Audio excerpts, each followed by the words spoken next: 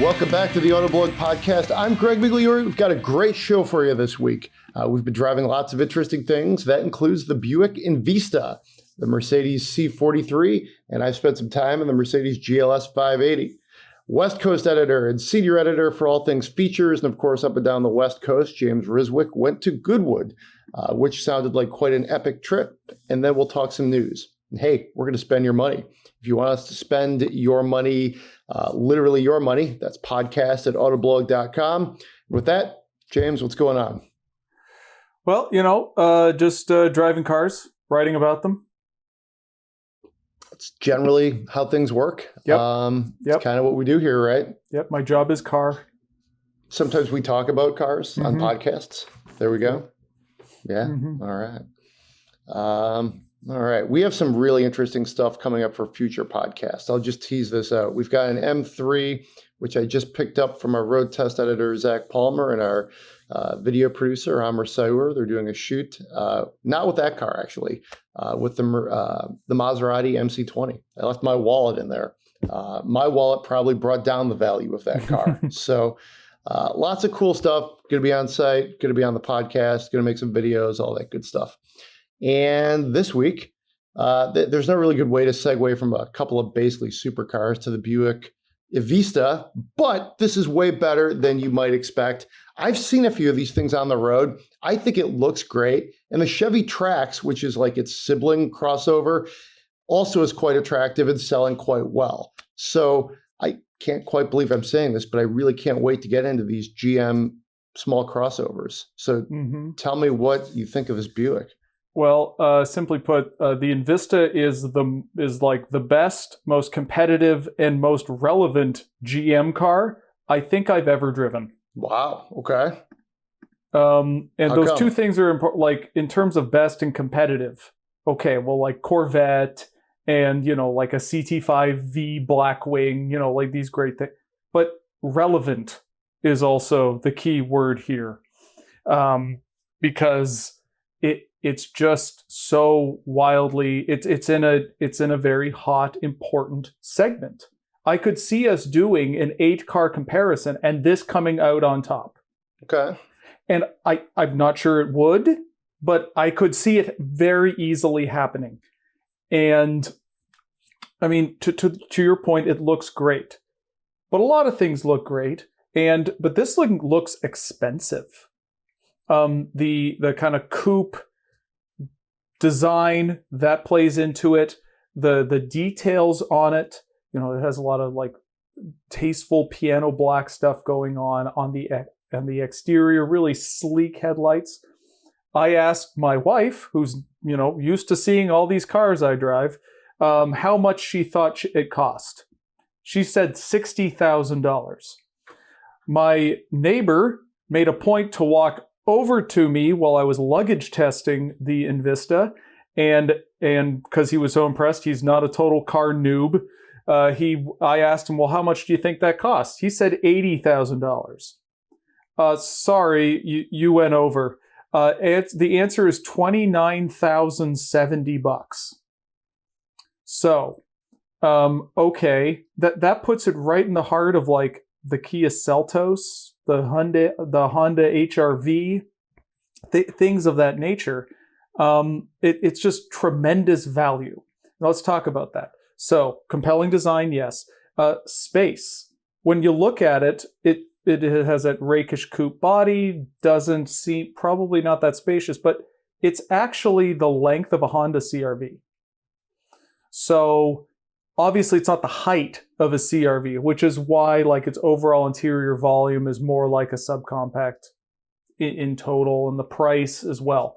But it has a huge back seat, and the cargo space is really impressive. So apart from the Seltos, the Tiguan, or the Taos, and the Bronco Sport in this segment, I was able to fit more things more easily in the Envista than everything else in the segment. So you actually have practicality here.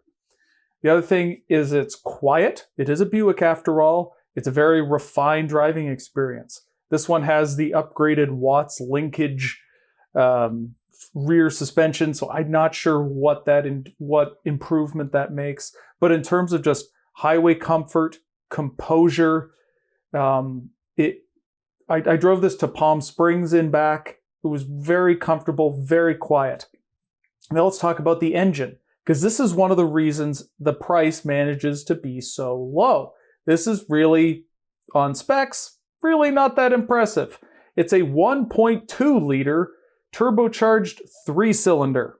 It produces, let's see here, just to get it right, 137 horsepower. That seems like something that would be popular in France, not here in the United States.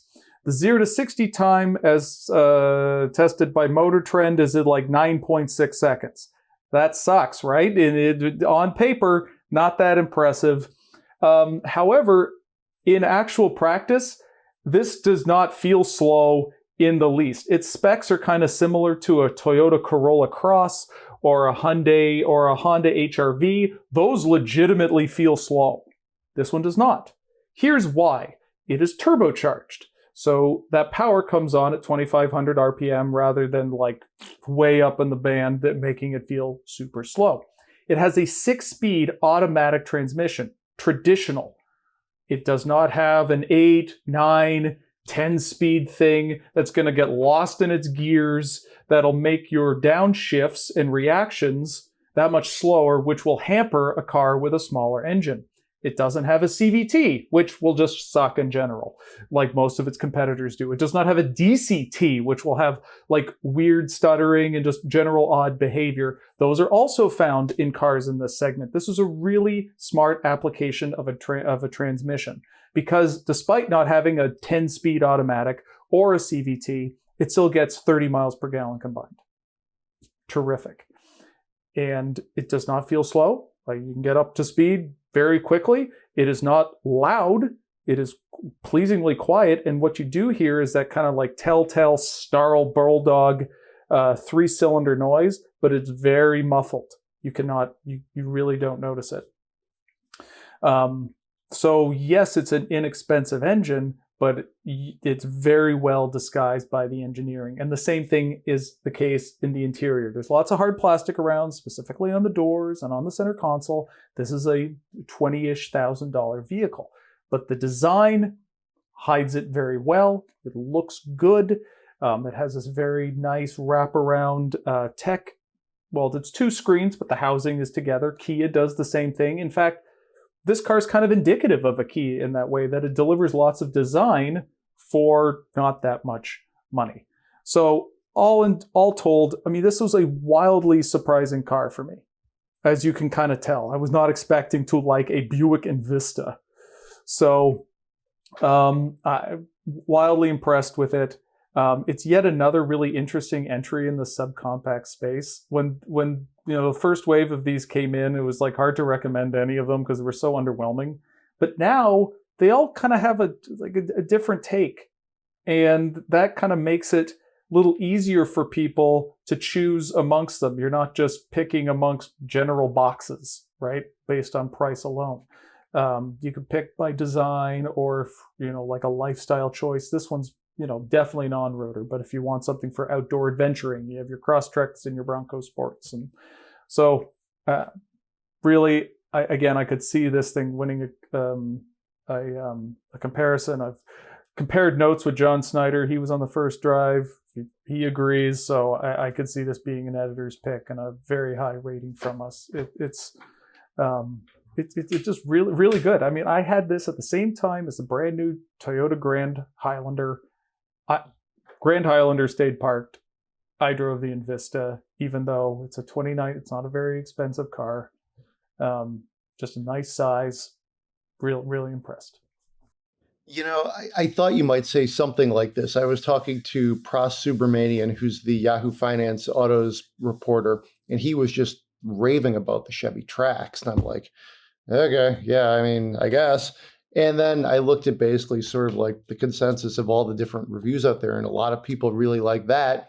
As I looked more, a lot of people really like this Buick. So it really sounds like GM has gotten the small crossover segment right for perhaps the first time ever, really. I mean, it's I will say this. When's the last time you were truly surprised about a car? It's been a minute for me, frankly, and it sounds like this one, not to do the "that's a Buick" cliche, but sounds like it kind of hits you that way. Well, yeah. I mean, GM phones it in a lot. I won't lie. There are instances, like, look at a Chevy Equinox, kind of phoned in, right? This is like good enough category. There's nothing good enough about this Envista. This is like trying hard. Like, let's swing for the fences here. This is better than it needs to be. This is to get noticed. This is to make a statement. And everything about the tracks sure looks like that. I mean, you look at the tracks and look at the Trailblazer. Mm-hmm. Like, Trailblazer somehow costs more, but you look at those two and you can kind of see what I'm talking about. Like, the tracks looks like somebody tried. The Trailblazer looks like, this'll work. So, yeah, if this is the direction, then great. Yeah, no, I can't believe I'm saying this, but I'm pretty excited to drive both the Buick and the Chevy version. I'm going to get into them, I think, this month. It's October already, so I'm excited. I want to see what everybody's so fired up about. So, and to your point, I think it's better than it has to be, because they don't usually come this aggressive at such a low price point, because these aren't going to be super profitable vehicles, I would imagine. So it's impressive. Yeah. I mean, there are some, it doesn't have all-wheel drive. That's probably going to be an issue for some. Could it's be, kind of curious why it doesn't, because under the cargo area, there's a lot of space under there. I'm surprised they couldn't fit an axle. Sure, and given that, like, there's enough space down there, I'm surprised you couldn't fit a battery, make this the hybrid, and given the low cost of entry, like, you could make a hybrid at a reasonable price. So I mean that would make it even better, really, if they could do that. I mean, mid-cycle refresh, right? Yeah, not that GM has hybrids anymore. Yeah, it's not like they haven't before. I mean, GM's hybrid system, like, no one drove it, unfortunately. I think I'm like one of the only people one of the only journalists who drove a Malibu hybrid. It was good. Like, the powertrain was good. Yeah. It's a non-plug-in Volt powertrain. So it's kind of like Honda's in that it behaves more like an electric, with the engine feeding power to the battery, and then the battery going to the motor. But if they could do that, that would be fantastic. So we're now I'm just, instead of like how to fix it, I'm like, how let's make it better. Yeah. Which is always a good position. All right. Cool. Well, let's shift gears over to, we have a couple of Mercedes that we went through. Let's go with the C43 first. That sounds a little more fun than the 3-row SUV that I drove, but I really like, what I drove too. But we'll start with you. C43. Well, I would rather drive the Envista, honestly. Talking about the most surprising car, this is one of the most disappointing cars. Okay, all right. Is the C43. One, the suspension, not good. Just very rough. There's something I'm not entirely sure if it's rebound or compression, but one of them is not right in this car. And I double checked. This is why I was looking on the Monroney to see if it had some sort of fanciful or like the hardcore suspension. It did not. This has the AMG ride control, which is adaptive dampers. And it did not have like 30-inch wheels or just 20s. And so just driving around town, not pleasant. Just a lot of like jiggling you around. And then when you're on a mountain road, so I live in Agoura Hills, California. I am just north of all the wonderland of Malibu mountain roads. They're 15 minutes away. So I can go out there. It was not enjoyable to drive on those mountain roads because the damn suspension was just like was just jostling me around, jostling the chassis around, that it just was not pleasant or even that quick. And I was in comfort mode. Normally you put the car in Sport Plus and you dial the suspension down to comfort, to balance, and to provide more stability on, mid-corner bumps and the like. Not good enough here. So my question is, if this suspension is not appropriate enough or is somehow too hardcore for Malibu Canyon roads, where the hell in the United States are you driving this thing?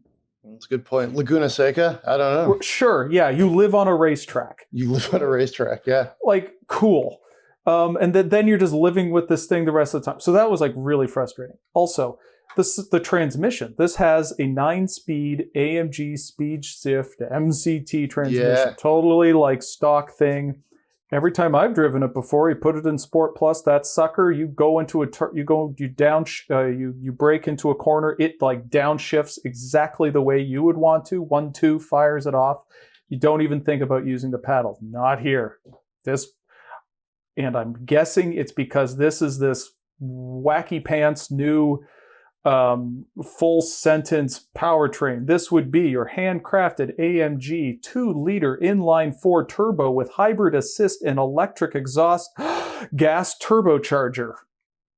There's a lot going on in this thing, and I'm guessing with the hybrid and possibly I'm not going to throw the electric gas turbocharger is pretty cool, but the hybrid assist, maybe that's causing the transmission, both when driving aggressively and just around town, to just be funky and not in the right gear a lot. Just driving from the airport, the initial engage, it seemed like the car was just in the wrong gear. I don't know if it was starting in second or it just was not right, to the point that I was sitting in traffic on the 405 with the paddle shifters.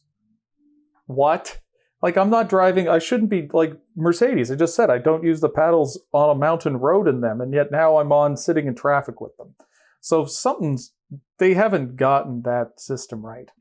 It does have the same 4-cylinder as the new Mercedes SL43, which our review went up, what day is it? On Tuesday. Okay. Which Zach was impressed with. This actually has more power. This says 403 horsepower versus 375. I wonder why an SL is the gap here. But I mean, this is for a 4-cylinder. It's pretty impressive. You have 400 horsepower from a 4-cylinder. That's 100 horsepower per cylinder. So hey, that actually, you know what? This is another. This is like the GR Corolla. I just realized it's yet another car that has 100 horsepower per cylinder. The list is short on that. It's like Bugatti Chiron, and like the Dodge Demon, and now the C43. So like, because of that, it should be really cool. But the suspension and the transmission just do not. It's really disappointing. They need to tweak some things to make it more desirable to drive for me than a Buick Envista. The old Buick Regal GS, the Grand Sport, I believe also had more than 100 horsepower per cylinder. It was one of the most power-dense vehicles that they had ever built at that point. Random trivia question. When? When was this? This is the Regal GS, say 13 years ago. So, yeah. Oh, okay. Yeah. We're throwing trivia out on this podcast. Let's do some deep cuts here. Have you driven the M3 lately? Yeah. Have you? I didn't have a problem with that. Yeah. That was, I mean, yeah, it's a sports sedan, so it's on the firm side, but it was not like out of whack like this. I'd apart from having to run it into a pole to make it look better, I would much rather drive that. I'd rather drive the S4, the Audi S4, which is slower than this, but I very much enjoyed that car, even though it's like 6 years old or something at this point. But that was a far more composed, coherent car than this Mercedes. It's just too hardcore. Yeah. And like, people buy AMGs around here in LA just because it's an AMG, but they're really going to be suffering for that choice. With this. It's interesting. I just literally got out of the M3 CS, and it's pretty hardcore. And it's been a while since I've driven the any sort of C-Class AMG, and I'm feeling pretty good about my position that I tend to like the M cars more than the AMGs at this like sort of segment, if you will, the C and the E. Like, I like the M5, the M4, the M3 more than their counterparts at this point. And the M3 has these crazy carbon seats with like carbon, like that basically is like on your sides and between your legs. It's not a comfortable experience, but I still was seemingly more comfortable and ready to drive than it sounds like you were in the C43. So it goes. One thing I very much like with Mercedes is their drive mode selection capability. Yeah, so there's the normal comfort, sport plus, and it's controlled with a little dial on the right, kind of like Porsche and others do. Very easy. The actual display is in the button itself, so you can see what you've changed.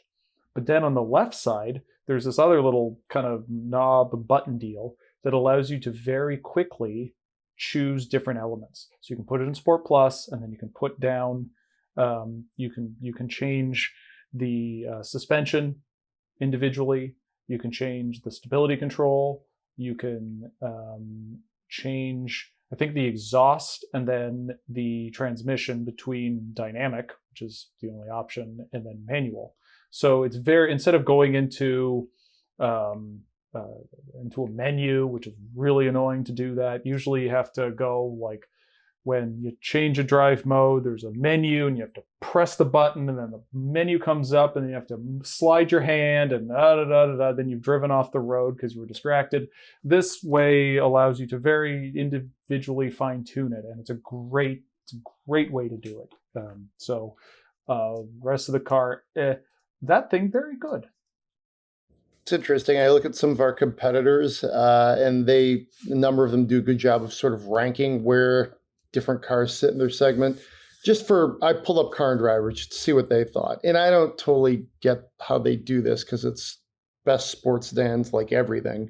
But they have it behind the CT4 V Blackwing, the C63, which again, to me, that's kind of a weird way to do it, Alfa Romeo, M3, and the M4. So I would, even discounting a couple of the like the dupes, if you will, like the C63 and the M4, looks like at best it's fourth in the segment, which, hey, that's their take. But I don't disagree with it based on what you're saying. I think I'd take the Cadillac. C63 is the previous generation. They don't. Good this point. Is the highest thing at the moment. Yeah. So they're going to make something harder core than this. Oh, okay. This is going to be a pile of rocks with some wheels on it. Chiropractic coupons to go with it. Cool. All right. Well, let's briefly touch on the Mercedes GLS 580. That's what I drove, assembled in Vance, Alabama, Tuscaloosa, not far from, what's in Tuscaloosa? I think the University of Alabama is there. That sounds right. Maybe Roll Tide. I thought this was a good value for $124,260. Seemed like a decent value to me, and here's why I say that. I feel like $100,000 is like the new $80,000, especially for SUVs, factoring in inflation and content and all the different things you could get. And it was a very nice interior. You get all the power you might want. This is the 4-liter bi-turbo V8, 510 horsepower. It is the mild hybrid system, if you will, so that's okay. And it was like when I look at other things I would consider this against, like an X7, I think I liked it more than the X7. It's just like, it does a good job, I think, of translating that like Mercedes feel to a 3-row crossover, And I don't think Mercedes is ever going to, outside of, say, the G-Class, build like a real big truck, Navigator, Escalade competitor. So this is as big as it gets. And to use a cliche, like, is it like the S-Class of an SUV? I don't know if I buy into all that crap. But it definitely is, I think, a very solid top-of-the-line, 3-row crossover for them. And I liked it. I put a fair amount of miles on it. It was a beautiful shade of emerald green metallic, which at first you didn't notice it, but then when the sun would come out, like that's when the neighbors would be like, hey, wait, what's that? What's that Mercedes you have? So I think that's kind of a good sign when people are noticing what otherwise could be like a dour car, crossover. And it definitely affects that kind of like, ritzy feel at that point. Again, all the stuff you'd normally expect from like a Mercedes, wood, leather, all that good stuff inside, wood grain, I should say. Had the AMG wheels on it. That was nice. 22 inches. That definitely added something to it. I liked it though, overall. I think with the seats down, you get a lot of room in the back. With that third row up, you actually don't have much room. We were doing a Kroger pickup for those of you in the Midwest. And the guy was bringing out our food because we order like the same thing like every week for like shopping. So you just wash, rinse, repeat, and just drive by there and they bring out your stuff. We had like one, I think, camping chair back there, 2 camping chairs after going to soccer, which frankly, for a GLS, that's a pretty good weekend of what you should be testing it, if you will, is like sort of family things. And we couldn't get all the groceries. So I had to like move some stuff around. So that's something that it's been a while since I've been in a 3-row SUV that didn't seem to have a really good sized cargo hold. Kind of reminds me of like the old Tahoes back in the day that were gargantuan freighters, but then you'd have that third row up and you're like, oh, it's kind of tight back here. So overall, I liked it. I think it's definitely one of the better things in the segment. I think I was always a little skeptical when Mercedes was like, okay, we're going to really round out our SUV lineup. We're going to add this GLS thing. But I think it's solid. I think it's, again, like I said, a decent value and, great around town driver, as you would expect a large, expensive crossover to be. You can see out of it really well. Steering is light as you would find in that segment, but still good. And yeah, I mean, who doesn't like a 4-liter V8, right? I mean, yeah, it's a twin turbo, but still, I think it's, it didn't sound like flatulent or anything like sometimes this engine can in different cars, and solid. And I think also the aromatic air suspension is always a nice feature you can get. I believe it's standard on this thing, as you would expect. Yeah, I don't know. I liked it. Have you driven a GLS lately? Ooh, no. The last time I drove a GLS was in like June of 2020.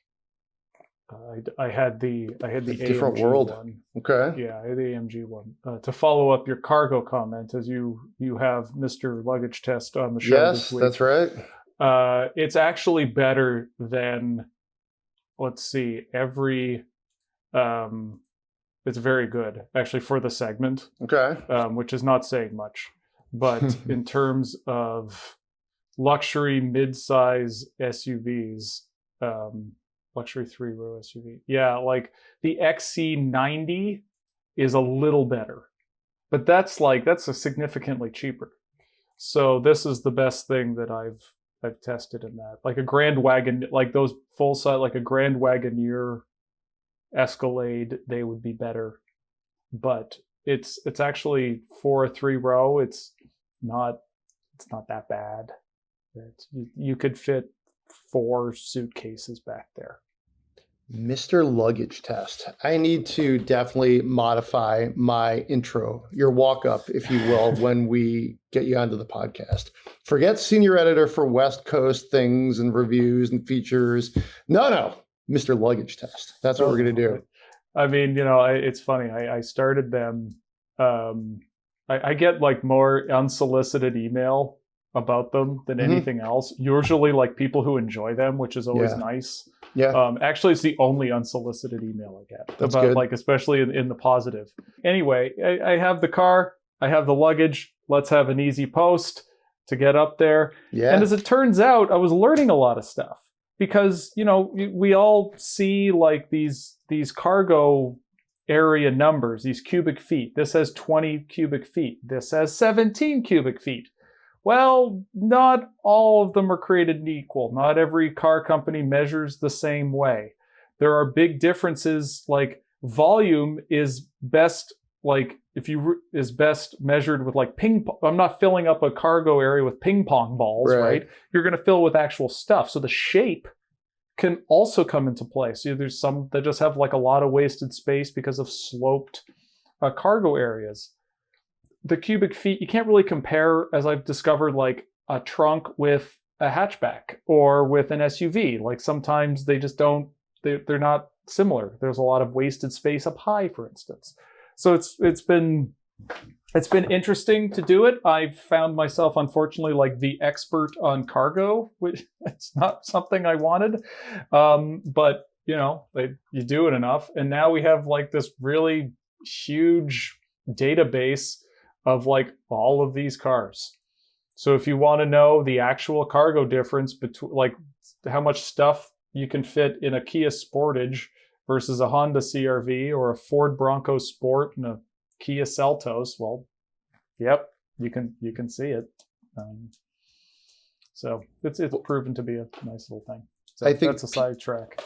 No, I think people would like to know, what kind of luggage do you use? I mean, you can see it in the pictures, but any particular reason? It's your luggage, right? This isn't no, it's the stuff I've collected over the years, right? It's just stuff that I've purchased. I think I got, like one was like my original suitcase I was given to like by my parents, like just for for a Christmas gift. And then another one I purchased, and the other one is like the fancy bag I use, which I kind of regret because it's kind of a stupid size, and a lot of times like a similarly sized duffel bag would fit, but this dumb thing doesn't. I just grabbed it. Yeah. And so once you're down the river, there's no going back. You have to use the same things every time. So it's my wife's bag she bought from travel TV show personality Samantha Brown's QVC line. Okay. All right. So that's what the fancy bag is, folks. Got it. Behind the scenes. It's a little duffel bag, has a roller on it. And then I add some other stuff too. But, we get more emails on luggage tests and cup holder tests than really anything else we do. Like, really? Does John get some for the cup holder? John gets some cup holder fan mail. I honestly can't believe it. I get emails. A couple companies have literally reached out to us saying, "Hey, we have this new. Usually, it's like a crossover. You wouldn't believe how many cup holders it has. Can we get you the car?" And we're like, "Sure, okay." They're like, "We don't even care if you do a review on it. Do the cup holder test." And I'm like, "Are you serious?" But sure. Well, all right. You know, and I got the Grand Highlander 2 luggage test. That's why I had it. That's why I didn't feel too bad about only driving it at a limited amount, because I need to do it. And, you know, people like reading them. So the cup holder test would be the luggage test sequel. John did it a couple of times. Like, this is your new thing. We need to do this more. People will like them. So tell me I'm wrong. I bet you a luggage test and a cup holder test is more relevant to most people than a track test. Yeah, absolutely. Right? Like, do you need to know how fast we drove the something at 9/10 at Monticello on a misty morning? You probably don't, because you're not going to do that, even if it is the M3 CS. Well, okay, maybe with that you might, but I mean, I don't know. It's interesting. It's interesting. Yeah. Well, it is. It's like the habitual, like the same test performed to everything. Mm-hmm. So, and whether that is this or like driving everything around the Top Gear track, right? Like, I think that's interesting too, because that track's not very hardcore. It's like a figure eight around an airstrip. It's an old airfield, right? Right, but you do everything there, and in the process of that, you do learn certain things. You learn things about a car just driving in a circle on a skid pad. So, you know, just applying the same test to everything, I think, is always very interesting, especially when you have some oddball things. So whether it's putting a minivan on a track or me doing a luggage test on a Corvette, it's still, you know, I think they're always, there's a reason people like them. One of the interesting things I think about the pandemic is, for you, it's always been the same way, but, you know, I've noticed this sort of like post-pandemic is I don't get in a car and just drive it like I've been like lobotomized anymore. It's like every car I get in, even if it's just to drop like my kid off at school or something, it's like, hey, you can learn something from that, to your point. Whether it's, hey, I didn't know that's how I could use the infotainment system, or, hey, I can adjust the seat this way, or, hey, look, there's a secret cup holder here. And, you know, frankly, before times, maybe you don't approach it that way. You know, you should, but you don't necessarily, just because, you know, it's the job, it's the commute, you know, and certain cars, maybe there weren't really a, you know, dire assignment that we had to get in on. So That's kind of how I do it. Like I learned things about the M3 just driving it. I thought it was more complicated than in some ways than the MC20. The MC20 is straight ahead. You can twist a knob to change the settings of the car. There's an infotainment system that is Stellantis. If you've ever driven anything, this is what it is. And you've got a steering wheel and some gauges in front of you. And that's about it. The M3, you can do anything you want to that car, any sorts of levels. And I noticed this on my 10-minute drive in the Maserati and then 10-minute drive back in the M3 when we swapped these cars at a video shoot. So to your point, yeah. I think, the simplicity going back to the Envista, I think that's another part of its appeal. Okay. Yes, it's inexpensive, and that's part of the reason it's simple. But like a lot of the stuff that gets slathered on cars, like you don't need it. It just adds complexity. Most people don't care. They're never going to use it. They're going to be afraid for some reason to press that button as if it's going to launch them into space. It doesn't have a weirdo shifter for the sake of being a weirdo shifter. The touch screen, it's kind of like I'd say like GM has like two Android Auto or Android automotive operating systems, so to speak. There's like the high function one, and this is like the lower function one, and it works fine. It's very clean, looks great, simple, very easy to use. The gauges don't do anything fancy, but they look fancy, and that's nice. Graphics don't cost a lot. Once you do them once, you just copy and paste and throw them into a car. So, nothing weird going on with the standard controls. It's one of the reasons why I often like Kias. I literally own a Niro now, but like the old Niro, I remember getting a plug-in hybrid and the same thing. You get in, normal shifter, easy to use infotainment system. Everything's where it is. This is not too complicated. Get in and go. Simple. And I think people like that.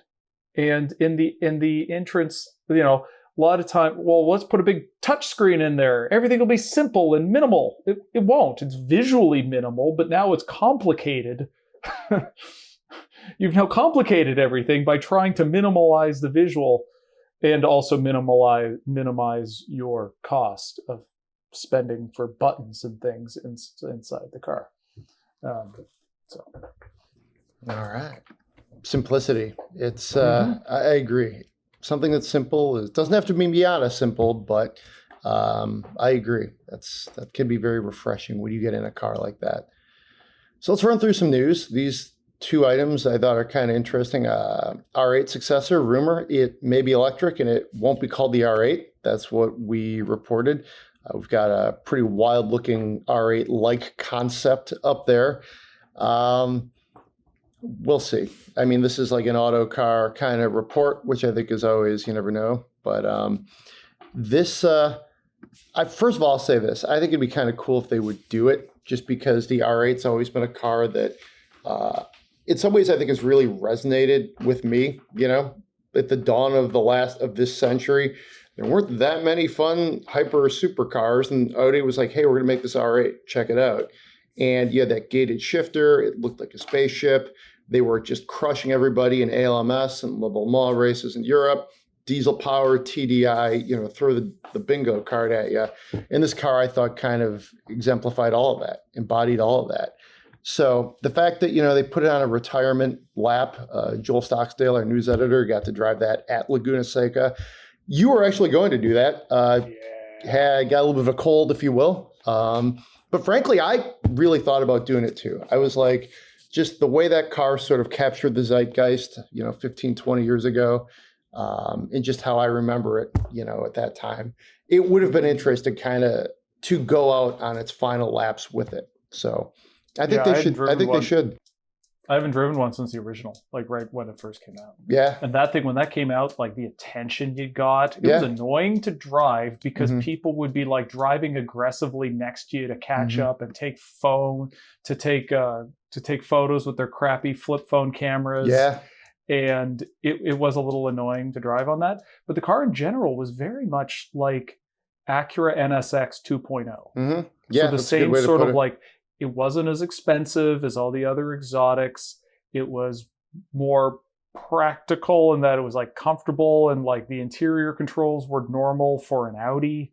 The trunk was teeny tiny. It was stupid. But besides that, unlike the NSX, it was very much like that modern like NSX 2.0. And not unlike the TT, they came up with something kind of like an instant classic. And then it's hard to move on from that. How do you evolve that? And it didn't, once the moment's done, it's done. You either needed to, the 911 only happens once. It was not a 911. And the desirability of it was more of an instant, like people wanted it now, but once they've seen it a lot, they don't want it anymore. Unlike a 911, which everyone's seen it, but it's excellence and it's just been around. Who knows? It's a unique situation, really, with the 911. So if they do a sports car, I guess if it's not called an R8, I'm sure it'll be called the R9 e-tron. The R9, the R10, yeah. Right, and yeah. I mean, like an e-tron GT, if you made that 2 doors, I mean, that could be a coupe, right? They're obviously going for something more than that. It'll be interesting to see where high-end sports cars go when they get electric, because we've seen it to some extent with remots, but we haven't really seen it, right? Like I live in a place surrounded by fancy people, of which I am not one, but I'm surrounded by them, and I have not seen one of those. So, all right. Well, let's go from the R8 to the 4C. I literally just saw one of these while I was driving. What was I driving? I was in the aforementioned M3. It's been a long time since I've driven a 4C. I drove one. We had one for Tech of the Year testing in like 2015.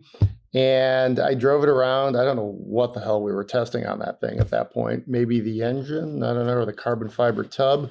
And they were like, our not road test editor, what was he at the time? Whatever he was, Steve Ewing, managing editor, I think, or senior editor. I don't know. He's like, do you want to Stephen Ewing. Exactly. His title is just Stephen Ewing at this point. He's back now. He's one of our, yay, freelancing all the time for us, which is great.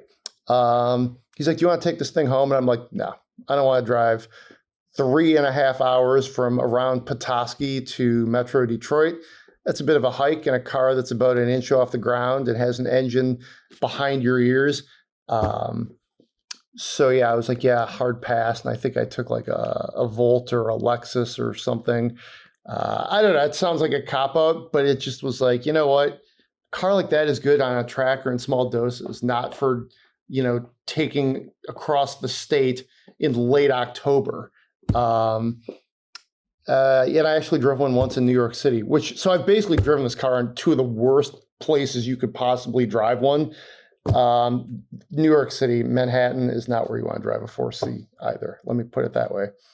Long story short, try to bring this all together here. After driving the MC20 from Maserati, I was like, damn, this is what they should have done a while ago, because it makes me think of, Fangio and all those like Maserati guys and all these wins they claim from like, the 1950s. They're like the Minnesota Golden Gophers of the automotive industry. Minnesota used to destroy everybody in college football. When's the last time they were good? Like 1937. Literally, that's it. And I think that's kind of how Maserati is. But you drive this thing, the MC20, and you're like, hey, this is awesome. This is great. Alfa needs to do something like that again, I think. Why not? Your Alfa Romeo. You got the Giulia, that's beautiful. Stelvio, sure.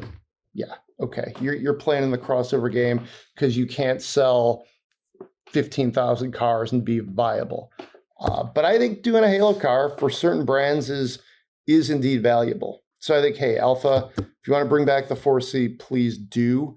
Who knows? Alfa is always making rumors, and I will say this concept thing they did show a while ago, to me, that would be a better approach. I thought the 4C itself was just a little too sharp edge for maybe what people would really associate with Alfa Romeo. I mean, when were they ever really that, and then they roll out this like, mid-engine thing that'll rip your head off.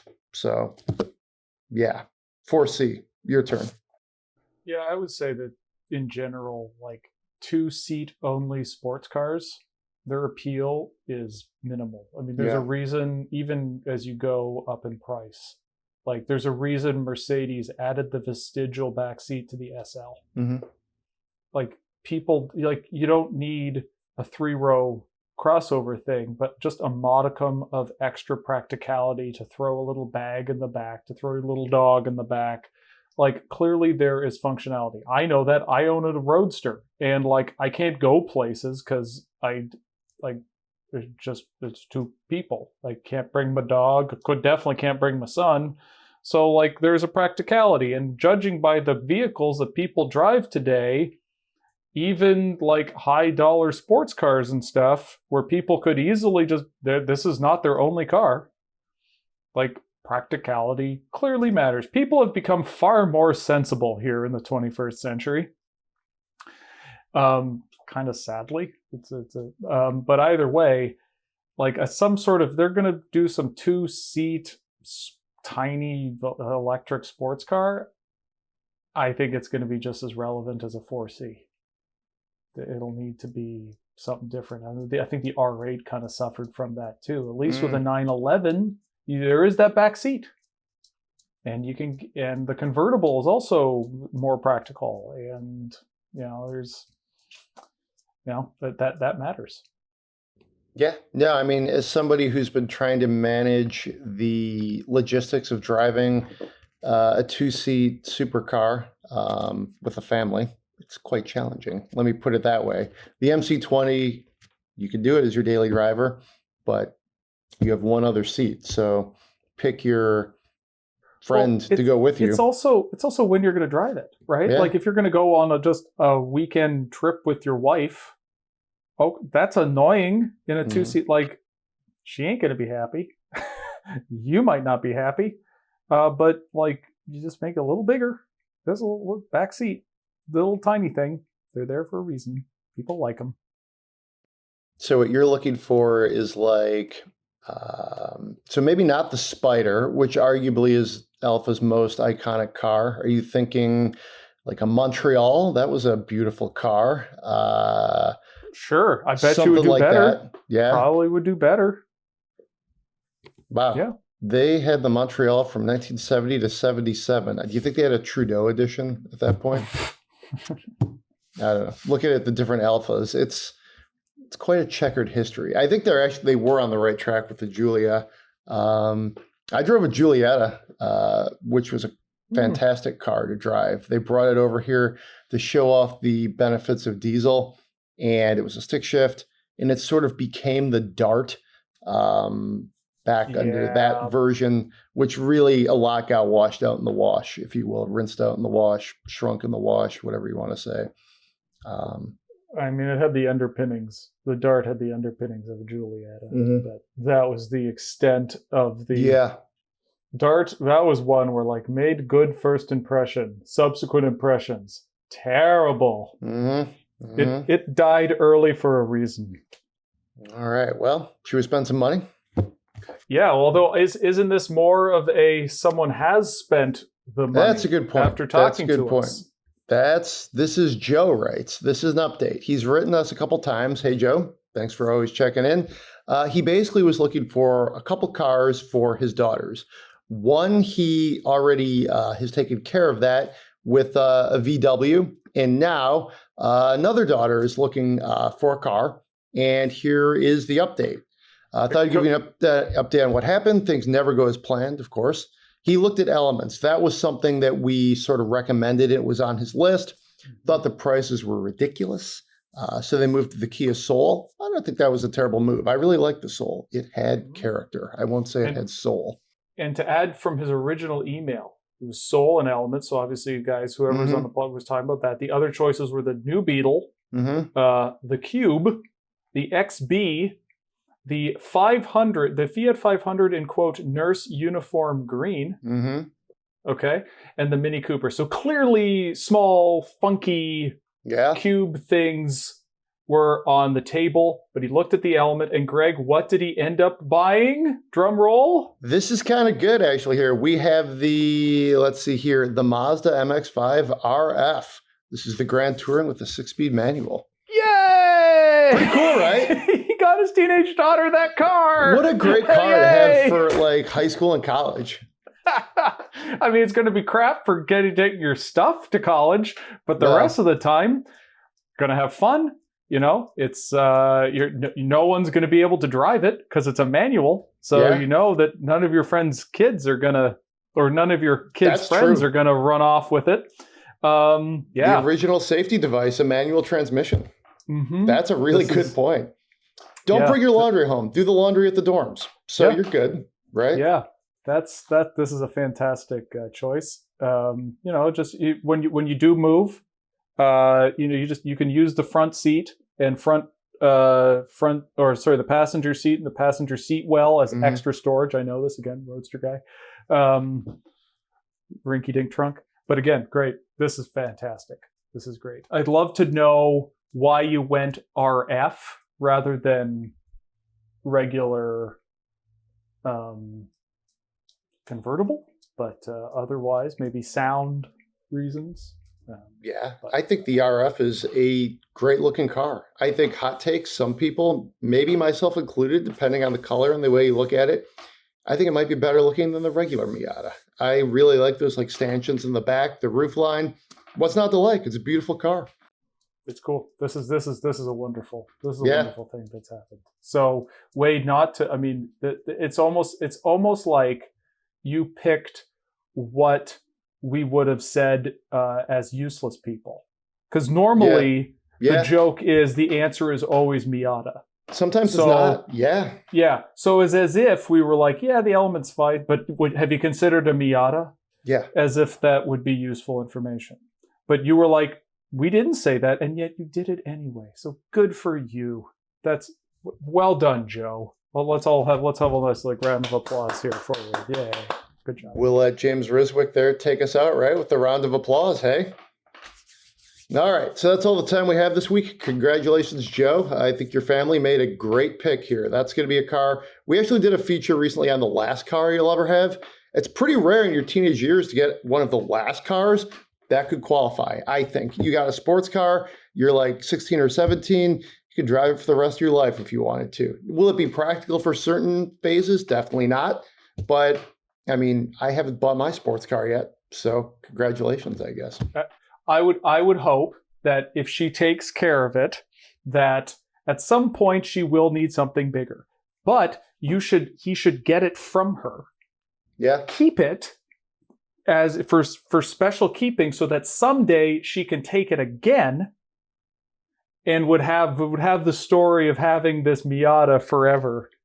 For like that's what I hope that scenario, because like being able to have like that would be one word. I've had this Miata since I was in college. Is a pretty cool story. So, all right. Well, let's head on out. If you enjoy the show, please give us 5 stars on Apple Podcasts, Spotify, wherever you might get the show. Send us more Spend My Monies. If we've spent your money in the past and you have an update this good, we'd love to hear from you. That's podcast@autoblog.com. Thanks for hanging out with me, Senior Mr. Mr. Luggage Test Editor, James Riswick. We even mentioned a fair amount of Canadian topics, I guess, right? We got the Montreal in there. That was pretty good. We'll see you next week.